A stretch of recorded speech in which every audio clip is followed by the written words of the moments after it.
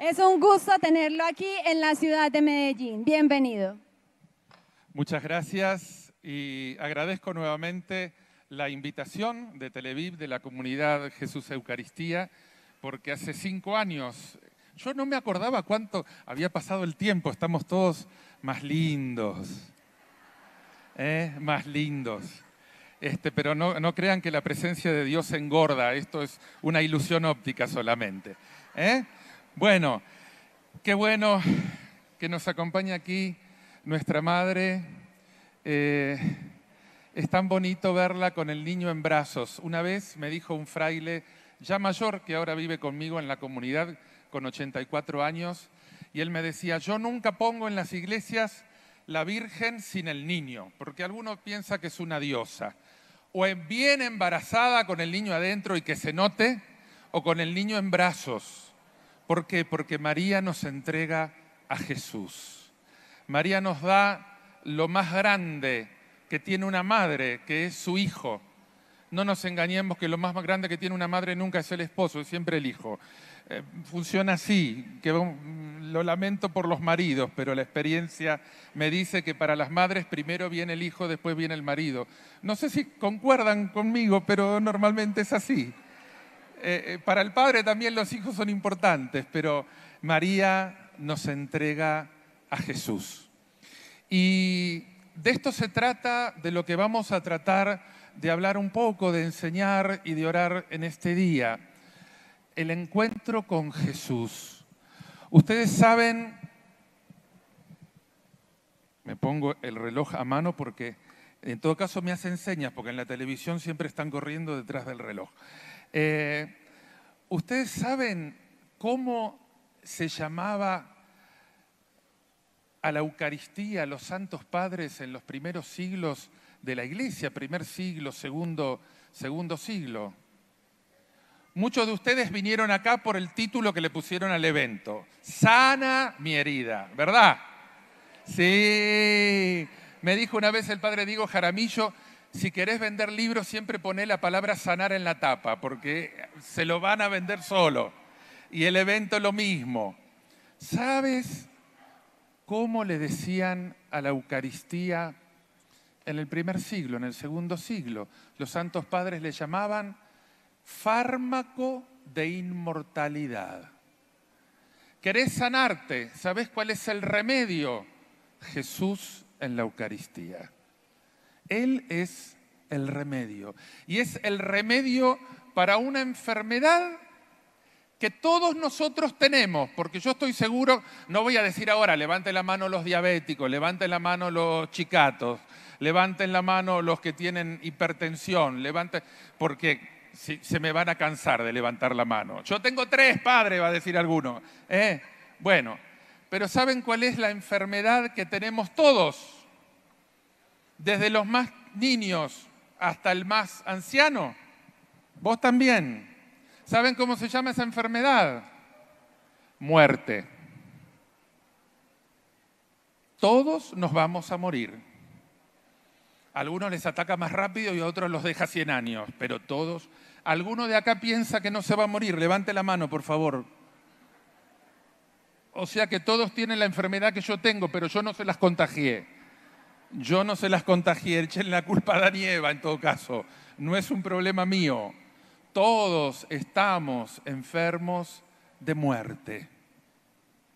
Y no hay clínica, no hay cirujano plástico, no hay antibiótico que te cure de esa enfermedad. Para la enfermedad de la muerte que todos tenemos, hay un remedio, hay un fármaco milagroso que te da la vida eterna y tiene un nombre y se llama Jesucristo de Nazaret. Dele un aplauso a Jesús. ¡Qué bueno! Qué bueno que alguien te lo diga porque viniste aquí a encontrarte con Él. Y si te lo llevas en el corazón, porque no es inyectable, qué bueno que no es inyectable este fármaco de inmortalidad, sino que lo recibimos de un modo tan sencillo en la comunión. que nos encontramos con Él cuando nos postramos ante Él para adorar, como vamos a hacer dentro de pocos minutos. Y simplemente eso dijo el Señor: el que me come tiene vida eterna. Nuestro alimento para la inmortalidad, nuestro alimento para la salud del cuerpo y del alma es Jesús. Es Jesús. Él permite que te puedas sanar en tu espíritu, cuando te perdona tus pecados, cuando tiene misericordia, cuando le da un sentido a tu vida. Él permite que puedas poner en orden tu cabeza, que tantas veces está como si lo hubiera atropellado un camión. Y como consecuencia, como diría nuestro Padre San Francisco, este pobre cuerpo, este pobre burro, decía él, este pobre burro. O el Padre Emiliano Tardif, que decía, este pobre burro es el que hizo entrar a Jesús en Jerusalén. Los aplausos no eran para el burro, los aplausos eran para Jesús que entraba, hosana al Hijo de David. El Señor, cuando el Señor pone amor en tu espíritu y lo sana del pecado y de una vida sin Dios, de una vida sin amor, de tantos desamores que nos hieren, cuando el Señor pone orden en tu cabecita que a veces da vueltas y da vueltas como un corzo en contramano, tu cuerpo es el primer beneficiado, porque tantas y tantas enfermedades que nos aquejan vienen del alma, vienen de la mente y vienen del espíritu. Y es por allí que debemos comenzar nuestra sanidad. Un viejo fraile franciscano, yo soy franciscano conventual, aclaro, porque por ahí me ven de gris y dirán, ¿de dónde lo han sacado a este desteñido que parece un café que perdió fuerza? No, yo soy franciscano conventual. Aquí tenemos el noviciado San Maximiliano Kolbe en La Estrella. Por ahí está nuestro convento ahí. En América Latina somos pocos conocidos porque, aunque somos la rama originaria de la orden franciscana, en nuestra basílica está ahí la tumba de San Francisco, de San Antonio, de San Buenaventura, pero cuando la orden se dividió allí por el 1400, los frailes nos multiplicamos y se armaron dos órdenes, entonces ahí nacieron los marrones, que son los conocidos aquí, y quedamos los de gris, que sería un poco la rama originaria. Y como los reyes de España, para quedarse con todos los conventos, como hacen muchas veces los gobiernos que les gustan, en vez de construir, quedarse con lo ajeno, y entonces los reyes de España se quedaron con todo, expulsaron los frailes, cerca de 2000 que había en España, los mandaron al norte de África y solamente pudieron venir a América los franciscanos de Marrón. Por eso somos menos conocidos, aunque seamos la rama un poco más antigua de la orden. Hoy en día no hay tanta diferencia porque hoy, se me pregunta, padre, pero ¿cuáles son los verdaderos franciscanos? Digo, no existen. ¿Cuáles son los verdaderos franciscanos? Los que se toman en serio el Evangelio de Jesús. Eso. En todas partes hay y en todas partes no hay. Porque es como que me pregunten cuáles son los verdaderos cristianos. Acá le dicen cristianos a los protestantes, yo no sé por qué. Porque cristianos somos todos los que seguimos a Cristo. Así que sean católicos o protestantes, cambia el apellido, pero la sustancia es la misma. ¿Cuáles son los verdaderos? Los que se toman en serio el Evangelio. Mire, puede haber católicos hipócritas, protestantes hipócritas y sectarios de cualquier rama que usen el Evangelio para beneficio propio, y gente que busca la santidad y gente que quiere seguir a Jesús con honestidad, los hay en todas las denominaciones. No son las etiquetas las que nos santifican, sino la honestidad del corazón, cuando verdaderamente queremos seguir a Jesús y buscar la verdad. Cuando uno en el corazón abre el corazón a la verdad y al Espíritu Santo, el Espíritu Santo, que es Espíritu de la verdad, te lleva a Jesús. La denominación no importa tanto, llegará en algún momento. El Papa acaba de estar en Ginebra y acaba de decir, el cristiano, cualquier católico tiene que ser ecuménico, tiene que amar a sus hermanos aunque estén en otra denominación, porque seguimos al mismo Jesús. Cuando subimos una montaña, lo que importa es llegar a la cima. Algunos suben por laderas distintas, unos suben por el norte, otros por el sur, otros por el oeste, otros por el este. En la cima seguramente nos vamos a encontrar todos. Si alguno piensa distinto, no tengo ningún problema, yo lo amo igual. No pierdo tiempo haciendo discusiones sobre este tema. Hay que seguir a Jesús con honestidad en el corazón, sin fanatismos, decía el Papa, sin proselitismos. No estamos haciendo socios de un club, estamos ofreciendo al Señor, que es fármaco de inmortalidad, que es aquel que nos sana, que es aquel que nos restaura, que es aquel que nos salva. Y si tenés a Jesús en el corazón, llévalo allí, donde hay un mundo clamando por un Salvador, un mundo que se siente enfermo, enfermo de soledad, enfermo de tristeza, enfermo de desamor. Todas las enfermedades del alma se reducen a esto, los desamores que nos hieren, los desamores que nos enferman. Y Dios es amor.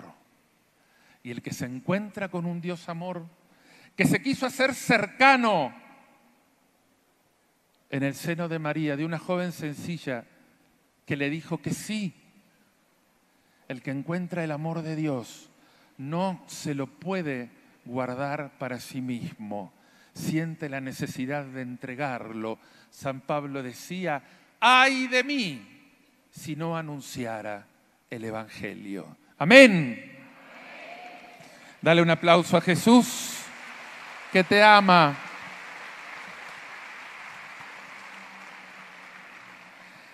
A mí me dicen muchas veces que hablo demasiado rápido y yo sé que eso es un problema, sobre todo cuando uno está en otro país porque tenemos una tonada distinta y por ahí uno...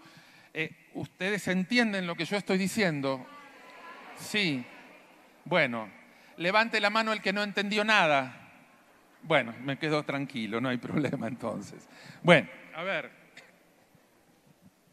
Vamos a escuchar un relato del Evangelio para encuadrar. Pero Padre, ¿cuándo me va a imponer las manos? A ver, yo no le voy a poder imponer las manos a ustedes porque si no nos iríamos pasado mañana y ya tengo el avión. Hay un padre muy conocido en Argentina que todo el mundo quiere que le imponga las manos y un día hicieron un encuentro y fueron muchas de mi parroquia y había cerca de 100.000 personas esperando afuera de la iglesia, por supuesto que no lo veían y estuvieron cerca de 8 horas esperando paradas en la plaza para ver si el padre le imponía las manos y claro, en algún momento lo sacaron por un costado y se volvió a su ciudad y estaban todos afuera esperando que el padre les imponga las manos. Y yo digo, pero ni que fuera un pulpo podría imponerle las manos a todos, eso es imposible. Y entonces una de la parroquia que decía, estamos tan cansadas, 8 horas de pie, y digo, bueno, ¿quién les manda? Y entonces dijo, bueno, y empezaron con un cantito que allá se canta mucho, deja que te toque, no sé si acá cantan eso. Y empezó, deja que te toque, que te toque, que te toque, que te toque, deja que te toque, el Espíritu de Dios. Y el canto dice eso, deja que te toque, y todos empezaron a tocarse unos con otros. Y bueno, y el Señor te está imponiendo las manos porque cuando te entregaste a Jesús, tus manos no son tuyas, son de Jesús. Así de simple.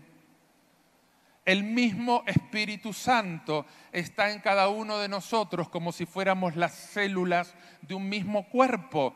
Tu cuerpo cuando te consagraste al Señor, porque estás bautizado, porque comulgas frecuentemente, porque anhelas la santidad, porque sentís el amor de Dios en tu corazón, porque al que me ama, mi Padre lo amará, iremos a Él y habitaremos en Él, dice el Señor.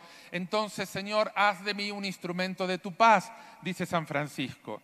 Tus ojos son los ojos de Jesús, tus manos son las manos de Jesús, tus pies son los pies de Jesús, tus brazos son los brazos de Jesús, para entregar misericordia, para acariciar, para levantar al enfermo, para levantar al caído, para acercarse al que tiene una necesidad. El Señor usa esas manos, esos ojos, porque Él los multiplicó por millones.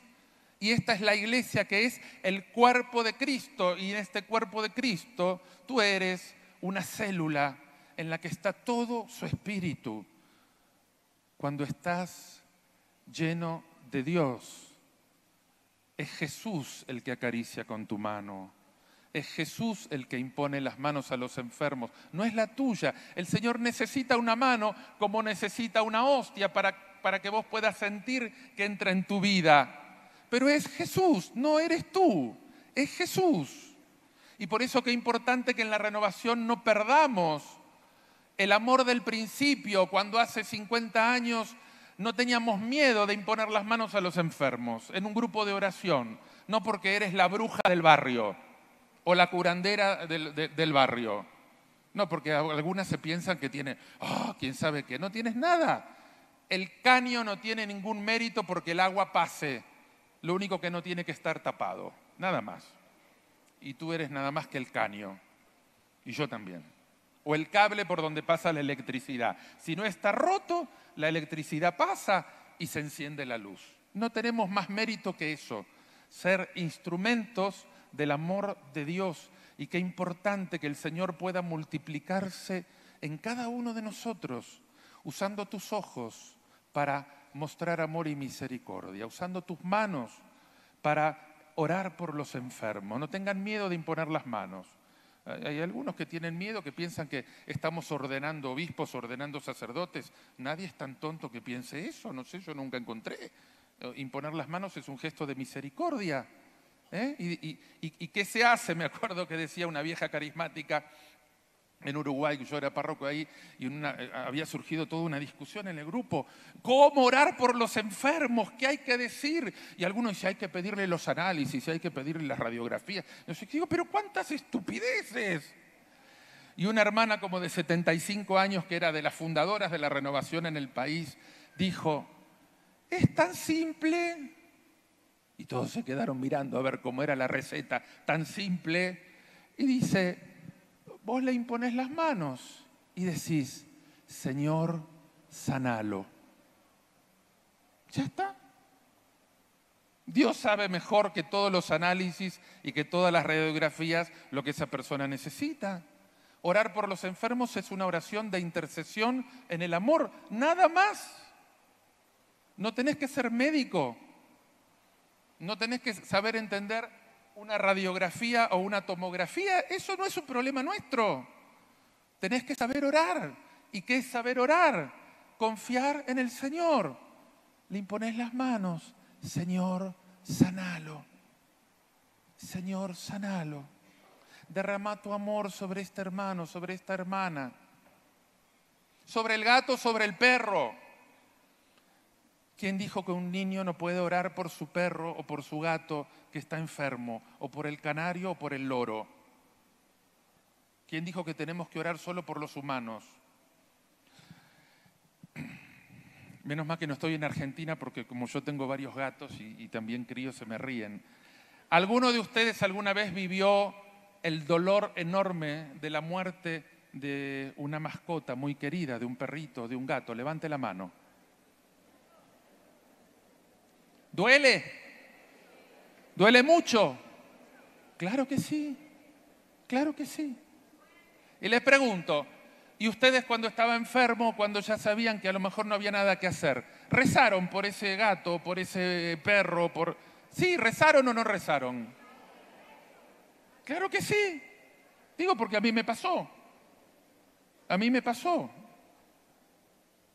Y ahora, como me pasó, uno a veces le tienen que pasar las cosas para que entienda dolores que antes no entendía.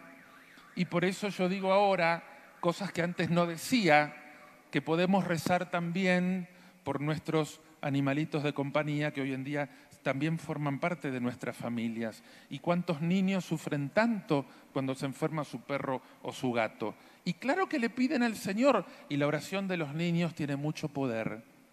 ¿Saben por qué la oración de los niños tiene mucho poder? Porque los viejos, como yo y como ustedes, nos vamos volviendo desconfiados.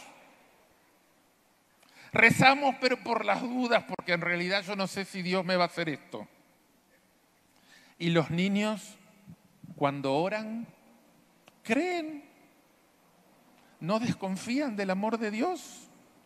Y por eso pongan a orar a los niños, enséñenles a orar a los niños, a pedirles, sin miedo, sin vergüenza. A Dios se le puede pedir como un niño, dijo el Señor.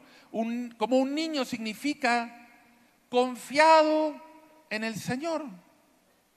Un día, estando yo en Montevideo, teníamos una cripta muy linda y había un grupo de catequesis y estaban en la capilla, muy en silencio. Y entonces yo fui por atrás para ver qué estaban haciendo. Y en un momento, cuando estoy llegando, uno se da vuelta y me dice: estamos haciendo oración espontánea. Dije yo, bueno, sigan. Qué buena esa catequista, que no solo le enseñaba rezos de memoria, sino a ponerse delante de Jesús y a hacer eso que es la esencia de la renovación, abrir el corazón a Dios. Oración espontánea es eso. Le digo al Señor lo que me arde en el corazón. Si estoy alegre, comparto mi alegría, y si estoy triste, comparto mi tristeza, y si estoy preocupado, comparto mi preocupación. Y si estoy enfermo, le pido sanidad por mí, por un ser querido o por quien sea, porque sé que Dios me ama, que Dios es amor. Vamos a escuchar un relato. ¿Dónde puse yo el reloj? Acá. Que no me quiero pasar porque me retan después de la televisión. Pero total, hoy ponen otra programación, si nos pasamos un poco, no hay problema. Bueno, vamos a leer del Evangelio de Lucas, un relato que ustedes seguramente ya conocen. Y lo tengo acá en este libro que está en venta ahí, Me sana tu presencia. Lo encuentran en Lucas 17, dice así: mientras se dirigía a Jerusalén, Jesús pasaba a través de Samaria y Galilea. Al entrar en un poblado, le salieron al encuentro 10 leprosos, que se detuvieron a distancia y empezaron a gritarle: Jesús, Maestro, ten compasión de nosotros. Repita: Jesús, Maestro, ten compasión de nosotros. Muy bien, acá Jesús está pasando por ahí y ya nos escuchó.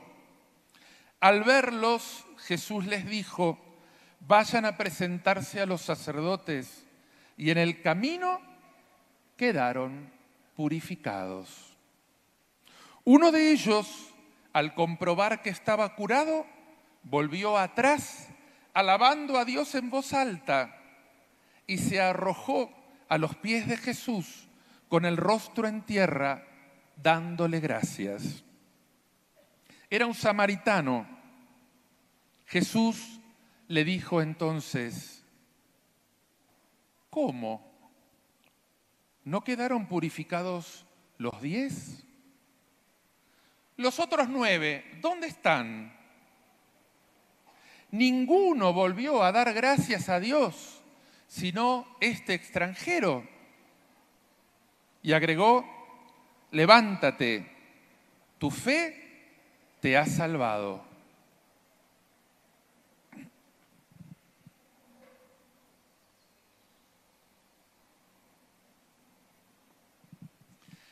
La lepra era lo peor que le podía pasar a una persona en la época de Jesús. Sentir que tu cuerpo se pudría en vida, que se te iban cayendo a pedazos. Hoy en día la lepra se cura, así que no se preocupen, no les empiece a agarrar miedo, pero en la época de Jesús no tenía cura y uno iba perdiendo el cuerpo. Pero había algo mucho peor, era una enfermedad muy contagiosa. Por lo tanto, el mayor trauma del leproso era que eso producía una gran marginación social. ¿Por qué? Porque los primeros a los que uno contagiaba o podía matar eran sus seres queridos, los miembros de la familia. Por eso el leproso tenía que ser segregado, vivían fuera de las ciudades, se les llevaba un poco de comida a la distancia y no podían acercarse a nadie. Era algo terrible, ni hablar de poder ir al templo a orar. Por lo tanto, el leproso se sentía muriéndose de a poco, su cuerpo se iba cayendo, marginado del amor de sus seres queridos, o con la culpa de haber contagiado a alguno, y marginado de la sociedad y de Dios, porque no podía entrar al templo. Era algo terrible. Y encima, en la mentalidad de la época, con la culpa de pensar, ¿qué habré hecho? Porque esto es un castigo de Dios. No conocían los microbios y cosas por el estilo. Esto es un castigo de Dios. Algo habré hecho para que Dios me mande esto. O sea, Dios no me ama. Dios me ha mandado esta enfermedad. Algo verdaderamente terrible. 10 leprosos se acercan a Jesús y le piden misericordia, le piden ser purificados, por eso no dice solo sanados, ser purificados de todo lo que significaba esta enfermedad. Ellos sabían que Jesús podía hacer algo. Y Jesús hace algo, les da una orden. Como pasó con el profeta Eliseo cuando fue Naamán el sirio y que le dijo a este general leproso que ni lo recibió, lo atendió de adentro, ¿se acuerdan? No lo recibió. Ay, padre, impóngame las manos, venga que me saco la selfie, no sé qué y no sé cuánto. ¿Qué fue lo que le dijo Eliseo? Vaya a bañarse en el río. Lo mandó a bañarse. ¿Se acuerdan qué pasó con el general? Se puso, le vino una furia. Decir, yo que vine acá cargado de oro y cargado de regalos y que soy una persona importante y este ni siquiera me recibe y encima me manda a meterme al río. No me hace un rito, no hace algo importante, un incienso y poner las manos y unas oraciones. Me mandó a bañarme al río.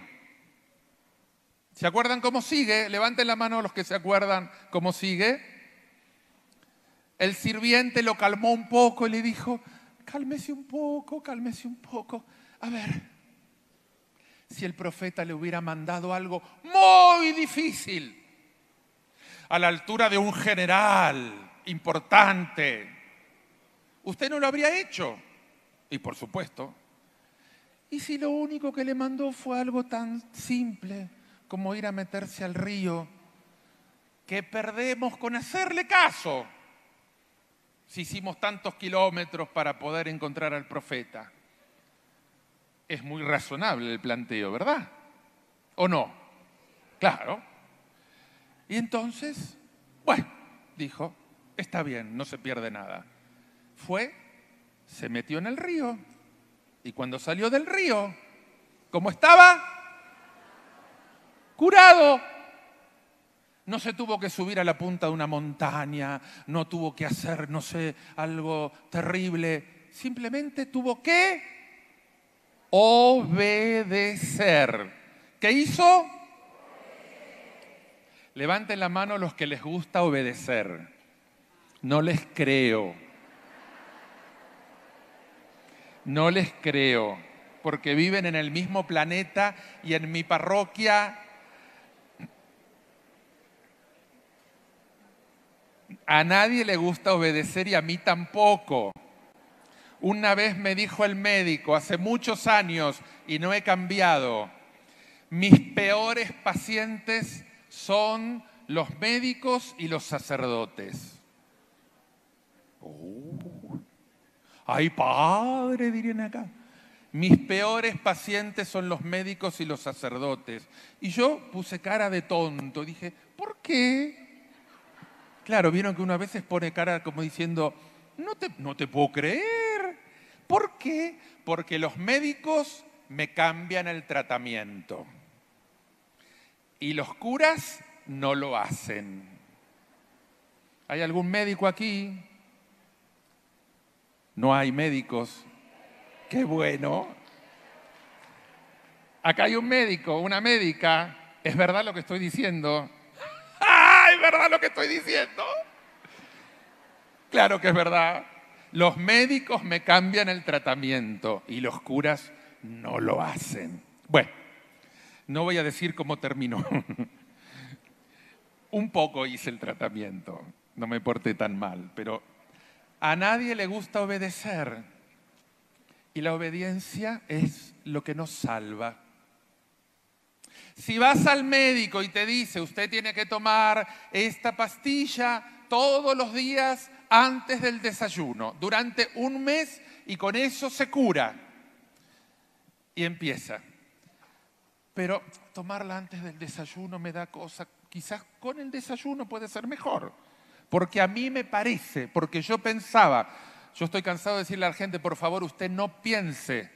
Porque cada vez que digo una cosa y me hacen todo lo contrario, los servidores, no, padre, es que yo pensaba. Y usted no tiene que pensar, usted tiene que obedecer. Si le dijo la pastilla que se toma antes del desayuno, no es después, no es a media mañana ni antes de irse a dormir. ¿A qué hora hay que tomarla? Ahí está. Eso es una persona obediente, bien colombiana. Pero si fuera argentino diría, yo pensaba que era mejor quizás otra cosa. A Naamán el sirio no lo salvó el esfuerzo ni todos los regalos que le trajo al profeta, lo salvó la obediencia.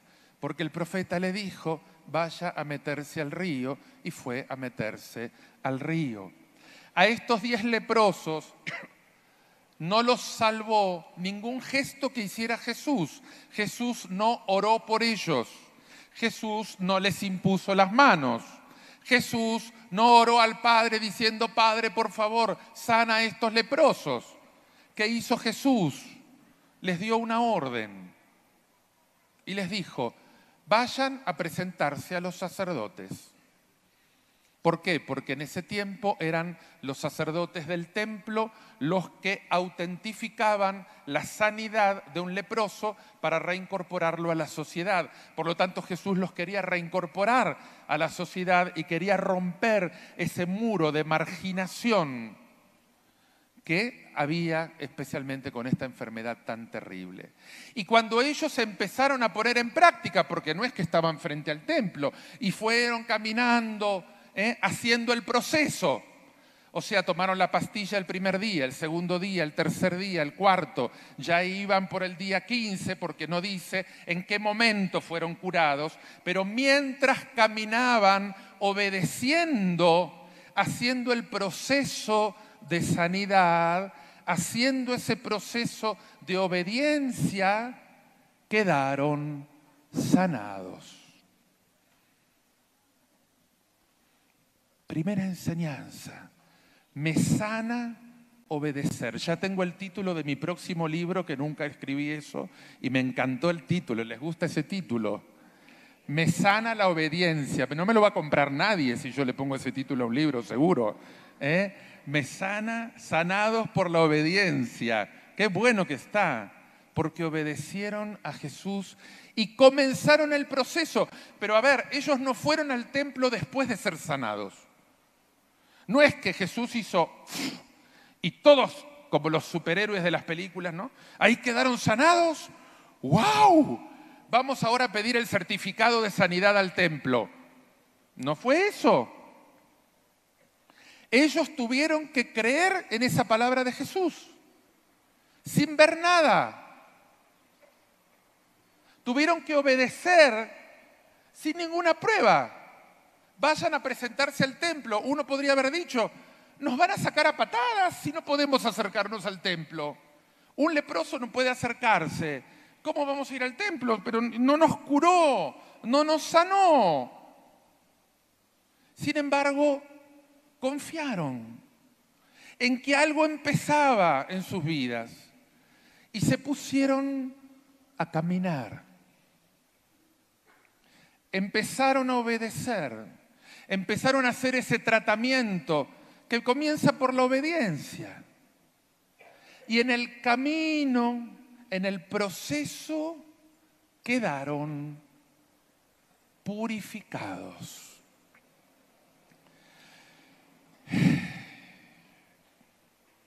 Y cuando estaban purificados, ya limpios de la lepra, ya está.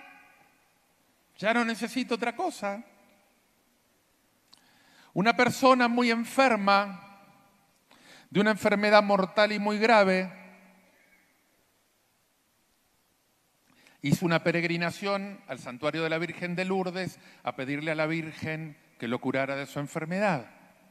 Fue al santuario, quedó curado de su enfermedad y volvió a su casa y siguió con la vida, con la misma vida que tenía. Y una persona amiga le dice, pero ¿cómo estás? Si ahora ya empezaste a ir a la misa los domingos y a rezar. No. Pero te estabas muriendo de un cáncer y la Virgen te curó y ahora tu vida sigue lejos de Dios igual que antes. Pero a mí la Virgen no me dijo que vaya a misa. Yo le fui a pedir curarme y me curé, pero no me dijo usted tiene que ir a misa para seguir curado. Ay, ay, ay, ay, ay, ay, ay. Ay, ay, ay. La Virgen no me dijo que vaya a misa. Yo fui a pedir curarme. ¿Se dan cuenta dónde está el problema? Cuando buscamos solamente la sanidad, pero no queremos un cambio de vida o nos asusta el proceso. Estos fueron curados y solo uno. Y un extranjero, un samaritano, solo uno volvió a dar gracias. Y cuando este extranjero volvió, lo primero que pregunta Jesús, ¿pero no fueron curados los 10? ¿O me falló algo? No, no falló nada, porque de parte de Dios nunca falla nada. Dios nunca falla. Decilo. Dios nunca falla. Y entonces, ¿dónde está el problema? Los médicos me cambian el tratamiento y los curas nunca lo hacen. Y no le pregunté por los laicos de la parroquia porque no quería ser indiscreto.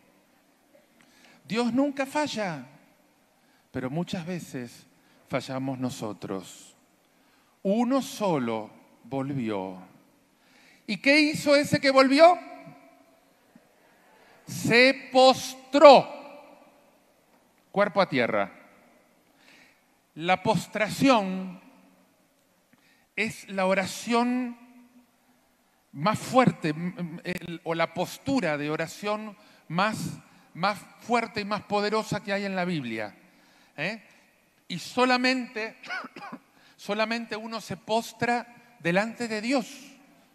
Uno no se postra delante de los hombres. Uno se postra. Aquí oran postrados, acostumbran esto de, bueno, si uno puede, si le duelen mucho las rodillas, uno tiene que postrar el corazón, pero es muy bueno aprender esto cuando van a hacer adoración eucarística. Tírese al piso. A los niños les encanta. Enséñenle a los niños a postrarse delante de la Eucaristía, porque ese estar cuerpo a tierra, el cuerpo pegado a la tierra, me recuerda que soy polvo, que soy frágil, que no soy nada delante del Señor. Y el mero gesto de postrarme ya lo dice todo. Señor, yo estoy a tus pies, me rindo, me entrego, estoy totalmente entregado en tus manos. Y esa es la importancia de la postración. Por eso es importante. Aquí hay catequistas, levanten la mano. Pocos. Bueno, algunos tienen niños en su casa o nietos o cosas por el estilo. Enséñenle a postrarse. Enséñenle a postrarse delante de la Eucaristía, que es el fármaco de inmortalidad, es el que nos sana de todas nuestras dolencias y de todos nuestros males. Este leproso extranjero se postró delante de Jesús. Y ese postrarse significa reconocerlo como Dios, reconocerlo como Señor, reconocerlo como Salvador. Se postró y Jesús le dijo, me imagino que quizás lo habrá ayudado a levantarse, tu fe te ha salvado.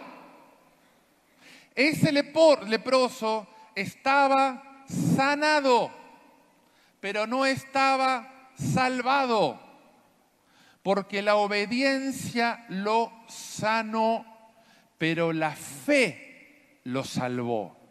¿Te das cuenta de la diferencia? Porque mucha gente sanada puede estar en el infierno. Porque lo que te salva no es la salud, sino la fe.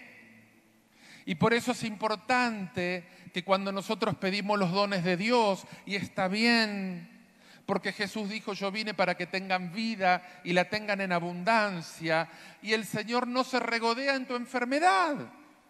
Aunque podés unirte a Dios a partir de una enfermedad, pero el Señor dijo, yo vine para que tengas vida y vida en abundancia. Y el Señor te quiere lleno de vida, pero lleno de vida eterna, porque esta vida biológica, esta vida corporal, en algún momento de algo hay que morirse. Y por si alguno todavía no se enteró, para irse al cielo hay que morirse antes. ¿Lo sabían eso? Acá se lo habían dicho en Colombia eso, que no se puede entrar al cielo sin morirse. Levanten la mano todos los que quieren morirse para irse al cielo. Sí, qué mentirosos que son. Todos se quieren morir hoy. ¡No! O sea que les encanta quedarse todavía en Colombia para ver cómo sale el partido mañana, ¿verdad? Claro. Después sí nos podemos morir tranquilos, pero primero... Bueno, nosotros perdimos 3-0 y seguimos vivos. Porque Messi no nos da la vida eterna, la da Jesús. Pero muchos no se enteraron. Pasa eso.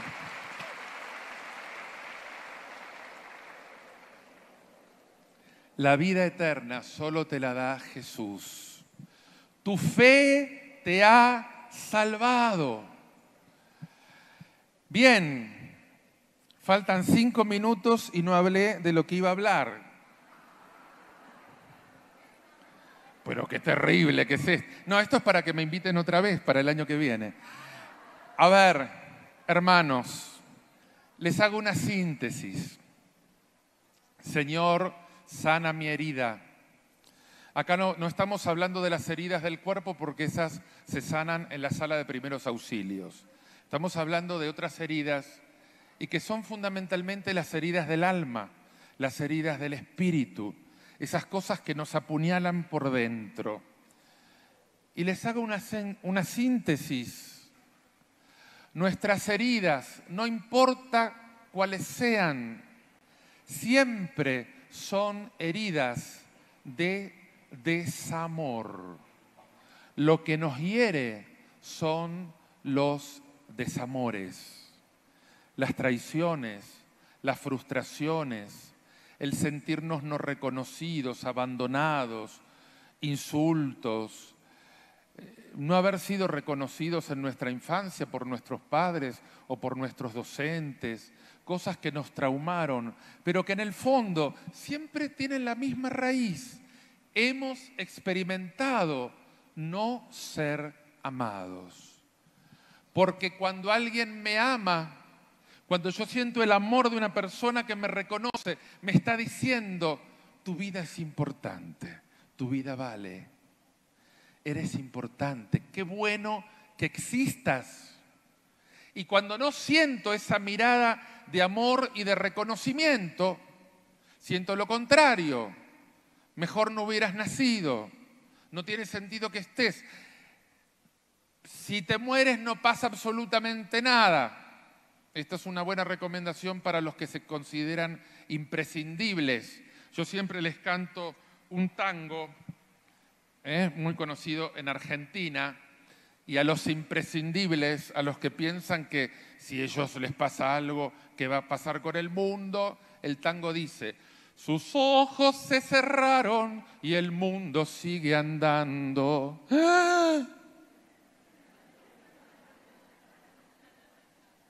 Sí, no está en el Evangelio, pero está en real, ¿no? Sus ojos se cerraron y el mundo sigue andando. ¡Ay, qué terrible! Pues es verdad. A papa muerto, papa puesto, por más grande que sea, viene otro atrás y nos va a pasar lo mismo. Pero qué importante saber que hay alguien que me mira con amor. Y esa mirada de amor, y que es la mirada de Jesús, te dice: desde antes que estuvieras en el seno de tu madre, yo ya te conocía y te consagré. En Argentina estamos discutiendo la ley del aborto. Un gran sopapo a los que votamos partidos que nunca hablaron de esto en la campaña electoral y ahora nos estafan amaneciendo con una ley para matar gente, en lugar de preocuparse por dar vida a los que ya están vivos. En Colombia no sé si pasa, pero en Argentina estamos en plena discusión de esto. El desamor. ¿Cuándo empieza la vida? Las estupideces más grandes que uno puede imaginar se han dicho en estos últimos meses. Pues Dios dice: la vida no comienza con la concepción. Tu vida no comenzó con la concepción, tu vida comenzó antes. Porque el Señor no dice: desde el mismo momento en que estuviste en el seno de tu madre, empezaste a existir. No dice eso el Señor. Van a decir que estoy recontra loco, pues no, me han dicho cosas mucho peores, así que no, ya estoy impermeable. Desde antes, dice el Señor, desde la eternidad yo ya te había pensado, para que en algún momento estuvieras en el seno de tu madre, para que en algún momento salieras de ese seno de tu madre y comenzaras a caminar, para que en algún momento te murieras y vinieras a esta eternidad desde la que yo te pensé desde siempre. Por eso yo digo, la vida no comienza con la concepción. La vida biológica comienza con la concepción. La vida comienza antes, porque el Señor dice: antes que estuvieras en el seno de tu madre, yo ya te conocía. Yo ya te llamaba por tu nombre. Yo ya te consagré. Y entonces, ¿cómo el valor de tu vida y cómo tu autoestima va a depender del amor de un hombre, de una mujer, de un nieto, de un hijo, de un jefe en el trabajo, de un cura o de un obispo o de quien sea? Si Dios desde antes que estuvieras en el seno de tu madre ya te conocía, ya te amaba, ya te había consagrado y ya te estaba reservando un lugar junto a Él. ¿Te das cuenta cómo es el amor de Dios? Y cómo no podés poner el valor de tu vida en el reconocimiento de los hombres, que es limitado. Porque un hombre o una mujer, no importa la edad que tenga, solo te puede amar como un hombre o como una mujer. No puede hacer más. Muchas de nuestras heridas vienen de que exigimos de nuestros padres o de nuestras parejas o de nuestros hijos que sean dioses. Y no son. Y no son. Porque te podrán amar como mejor les sale, pero nunca como Dios. Nunca. Y por eso no hay mayor experiencia de sanidad que pedirle al Señor y a su Espíritu Santo poder hacer esa experiencia del amor de Dios. Señor, me estabas mirando con amor y pronunciando mi nombre desde la eternidad. Desde antes que mi madre hubiera nacido, yo ya te conocía y te consagré. Y por eso, hermanos, para poder hacer una experiencia de sanidad, hay que hacer una experiencia de perdón. Usted grábese esto en su mente. La columna vertebral de la sanación interior es el perdón. La columna vertebral de la sanación interior es el perdón. Si no logramos perdonar y no sabemos ser perdonados, siempre estaremos enfermos.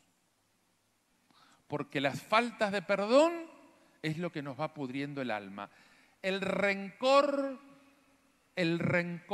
es la gangrena del alma. El rencor es la gangrena. El rencor te pudre el alma. Esas ofensas que a lo mejor llevo años sin perdonar, son años que esa herida va supurando, que esa herida me va pudriendo el alma. Y tengo que pedir al Señor la gracia de perdonar. Y el perdón no es un sentimiento. Repita, el perdón no es un sentimiento. El perdón es una decisión. El perdón es una decisión. ¿Sabe por qué? Porque hay mucha gente que está equivocada y dice, hasta que yo no lo sienta no voy a poder perdonar. Entonces usted no va a poder perdonar nunca. Porque el perdón no es un sentimiento. El sentimiento viene después. Después que pude perdonar, empieza a venir el sentimiento, normalmente en forma de paz, muy lentamente. El perdón es una decisión y por eso es una decisión que yo tomo frente a Dios. Yo no sé si puedo perdonar, a mí no me importa. Usted tiene que pedir al Señor la gracia de perdonar. Es una gracia. ¿Y cómo se hace? Señor, en tu nombre. Pongámosle la persona, ponga la foto, pero no para clavarle alfileres, no me haga eso. Señor, en tu nombre yo perdono a esta persona. Y te alabo y te bendigo por lo que vas a hacer en su vida. Aprenda esta oración. Señor, en tu nombre yo perdono a esta persona y te alabo y te bendigo por lo que vas a hacer en tu vida. La receta del perdón es como donde venden cerveza. En Argentina se llaman pubs. Acá existe el pub. No, bueno, apréndalo. P-A-B larga, pub. Pub. Perdón, alabanza, bendición. Pub. Repita, si se acuerda. Pub. Perdón y bendición. Esta es la oración. Señor, en tu nombre yo perdono a esta persona y te alabo y te bendigo por lo que vas a hacer en su vida. Basta. No hay que sentir nada. A ver, cuando el médico te dice, usted toma una pastilla todos los días antes del desayuno durante 30 días. ¿Alguno tomó pastillas? Todo el mundo debe estar tomando alguna pastillita por acá, me parece. Bueno, ¿alguno? Bien. Dígame, cuando usted se toma la píldora del antibiótico para el dolor de cabeza, ¿usted siente algo? No. Si todas tienen un gusto horrible, no tienen gusto a nada. ¿Alguna vez tomaron un remedio con un gusto rico y, ay, qué rico, deme un poco más? No. Usted para curarse toma una píldora y tiene que sentir algo, no tiene que sentir nada. ¿Y cuándo empieza a sentir? La médica. Y después de unos días, ¿no? El antibiótico tarda 48 horas en empezar a uno a sentir los síntomas. O sea que al principio que hay que tener fe, obedecer al médico, me tomo la píldora, no siento nada, no tiene gusto a nada, pero sé que me va a hacer bien. Y después de unos días, uy, tengo un poco menos de fiebre, qué bueno. Ah, ya no me duele tanto la espalda. Uy, qué bueno. Así funciona el perdón. No hay que sentir nada. Es un acto de decisión. ¿Por qué? Porque el primer beneficiado del perdón es usted. La otra persona puede que no esté, puede que se haya muerto, puede que esté en otra parte o que ni se entere. Pero si usted no logra perdonar esa herida o al que causó esa herida, el rencor, la falta de perdón, es la gangrena del alma, te pudre por dentro. Y cuando se va pudriendo el alma, tarde o temprano se pudre también el cuerpo, porque resiente este pobre cuerpo de nuestras heridas del alma. Cuando yo decido perdonar, en un momento me doy cuenta que pienso en esa persona y ya no se me revuelve el estómago, ya no siento ganas de... Tampoco quiere decir que esté enamorado, no tiene nada que ver. Ya no siento rencor, ya no siento rabia, ya está. Es el signo de que puedo tocar la cicatriz, pero ya no me duele. Vamos a terminar con un poquito de atraso, pero ya se arreglarán los de la televisión. A ver, tenía preparado aquí un poema. ¿Dónde lo tengo? Bueno, no, yo quería leer uno.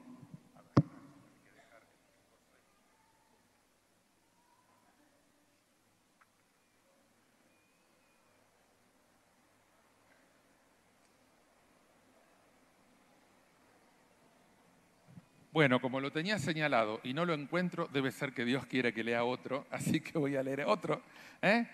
Me sana tu presencia, tengo aquí los dos libros que están allí en el fondo. Voy a leer este poema porque, bueno, cuando entré en la renovación, el Señor me regaló un carisma que no esperaba. Hace 20 años, yo entré en la renovación en el 1997, ya con 17 años de fraile y 10 de sacerdote, y recibí el bautismo en el Espíritu Santo exactamente el día que cumplía el 10º aniversario de mi ordenación. Me di cuenta ese día y entendí por qué el Señor me había llevado a ese retiro. Y a partir de ese momento, cuando iba a hacer la adoración o a los retiros espirituales, el Señor me empezó a inspirar estos que después yo les puse como nombre poemas orantes, porque me venían estas oraciones en forma de poesía o en forma de oraciones proféticas, y entonces, como no me las acordaba nunca de memoria, en un momento empecé a irme siempre con el cuaderno a la oración para que cuando me venía la inspiración escribirlo, y así se fueron amontonando unos cuantos libros que después, como yo no los quería publicar porque me daba vergüenza, el Señor un día me dio la orden de que los tenía que publicar, porque yo pasé unos cuantos años los primeros los quemé, esas cosas que uno hace. Los primeros los quemé porque digo, pero estas estupideces de escribir poesías, entonces los quemé. Después los fui guardando, hasta que un día el Señor me dijo, ¿qué hacen todos esos cuadernos ahí? Esto hay que publicarlo. No, dije yo, no, a mí me da vergüenza. Y no les puedo decir lo que el Señor me respondió, pero bueno, me dijo, a mí no me importa, porque esos poemas no son para ti, son para mi pueblo, así que vos lo tenés que publicar para que mi pueblo ore. Y yo decía, porque muchos me dicen, ¿qué va a escribir poemas? ¿Qué eso para qué sirve? ¿Por qué no escribís libros de enseñanza? Y un día se lo pregunté al Señor. Digo, Señor, ¿por qué a mí me inspirás poemas que son todas oraciones para escuchar a Dios o para hablarle a Dios? Y si la gente lo que quiere son libros de enseñanzas. Y el Señor me dijo, porque de enseñanzas ya están llenas las librerías, pero mi pueblo no ora. Y entonces yo te inspiro los poemas no para que aprendan, sino para que oren. Y desde ese momento no pregunté más, porque son poemas para orar, o sea, y es muy interesante porque muchos han regalado a personas que no van a la iglesia y les gusta la poesía, y cuando empiezan a leer ya están orando, porque son todas oraciones, y entonces a Dios no le preocupa si uno va a la iglesia o no va a la iglesia. Cuando uno ora, Dios lo escucha igual, aunque no sepa lo que es una oración.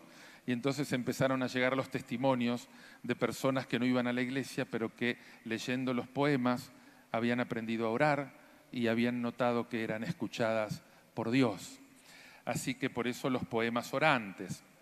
Entonces a los libros les puse siempre una enseñanza al principio, unas páginas, para los que les gustan las enseñanzas, pero sobre todo siempre les digo, la parte del libro que es la enseñanza es como ir al médico y que haga el diagnóstico.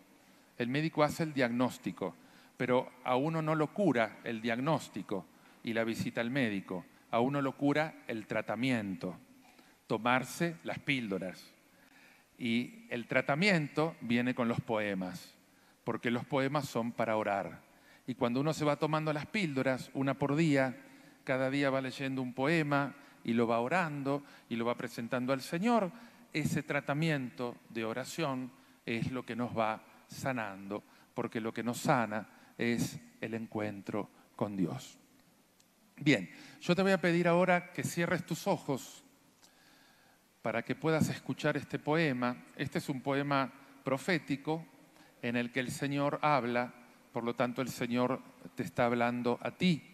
Y yo quiero que lo escuches y lo vayas orando y escuchando la voz de Dios, que te está hablando a ti. Olvídate en este momento que estás aquí en el auditorio, que hay otros hermanos a tu lado, y sentí que el Señor te está hablando en este poema. Y te dice esto: abriré tus oídos, hoy sano tu sordera, y mi palabra ardiente tu pecho quemará. Tus ruegos hago míos, pues mi vida te espera. Hoy te enciendo en el fuego que por siempre arderá. Hoy desato tu lengua, el poder de mi dedo transforma tu silencio en gran exultación, porque la noche mengua y en las luces me quedo de la mañana nueva de la resurrección. Hoy abro tus caminos por vastos horizontes y te hago mensajero de la nueva misión. Ya los vientos andinos te llevan por los montes a derroteros nuevos, todo pueblo y nación. Anuncia que he venido a dar vida abundante y puedo levantarte de toda postración, pues para esto he salido. Quiero que se levante una alabanza ardiente, que se haga adoración. Gracias, Señor. Gracias porque me trajiste aquí en esta mañana para abrir mis oídos, para abrir mis ojos, para abrir mi mente a tu presencia. Hoy abro mi corazón y te pido que te apoderes de él. Hoy abro mi corazón a tu señorío. No quiero tener otros señores, sino solamente tú, Jesús. Toma mi mente, toma mis sentimientos, toma mi espíritu, toma mi pasado, mi presente, mi futuro. Toma toda mi vida, Señor. Hazla tuya. Restáurame, Señor. Arráncame de toda muerte que me traiga tristeza, desolación, soledad. Hoy quiero llenarme del espíritu de tu resurrección. Hoy, como este leproso, Señor, postro mi corazón delante de ti. Te adoro y te reconozco, Señor de mi vida. Amén. Bien, vamos ahora a ir a un corte, creo que son 15 minutos o media hora. Para los que quieran, los libros están por ahí atrás, voy a estar también firmando las dedicatorias a los que lo quieran llevar y podríamos hacer un canto, algo para levantarnos porque se nos quedaron todos así. Acuérdese, perdón. Segundo, alabanza. Tercero, bendición. Póngase de pie y vamos a hacer una alabanza al Señor.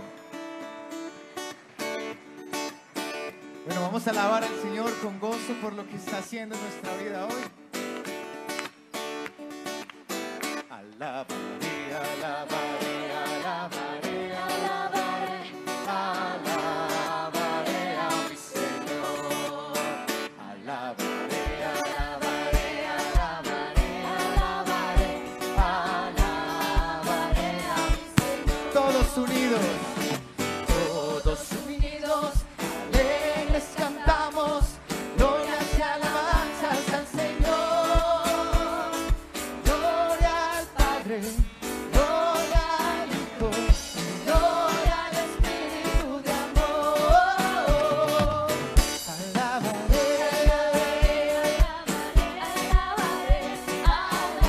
alabaré a mi Señor.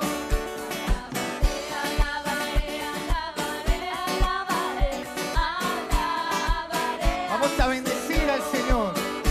Vamos a bendecir al Señor. Nosotros los hijos de Dios. Vamos a bendecir al Señor. Nosotros los hijos de Dios. Alzad vuestras manos.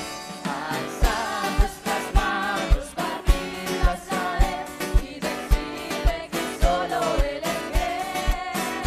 Alzad vuestras manos, partidas a Él y decirle que solo vamos a bendecir al Señor. Vamos a bendecir al Señor. Nosotros los hijos de Dios. Vamos a bendecir al Señor. Nosotros los hijos. Abrid vuestros labios. Abrid vuestros labios, cantad para Él y decirle que solo Él es Rey. Abrid vuestros labios, cantad para Él y decirle que solo Él es Rey. Bueno, hermanos, estamos oficialmente en descanso y los vamos a volver a llamar a este lugar nuevamente con el avivamiento. Para que estemos pendientes, podemos pasar como a este momento de refrigerio. Ya nos van a regalar unas indicaciones más.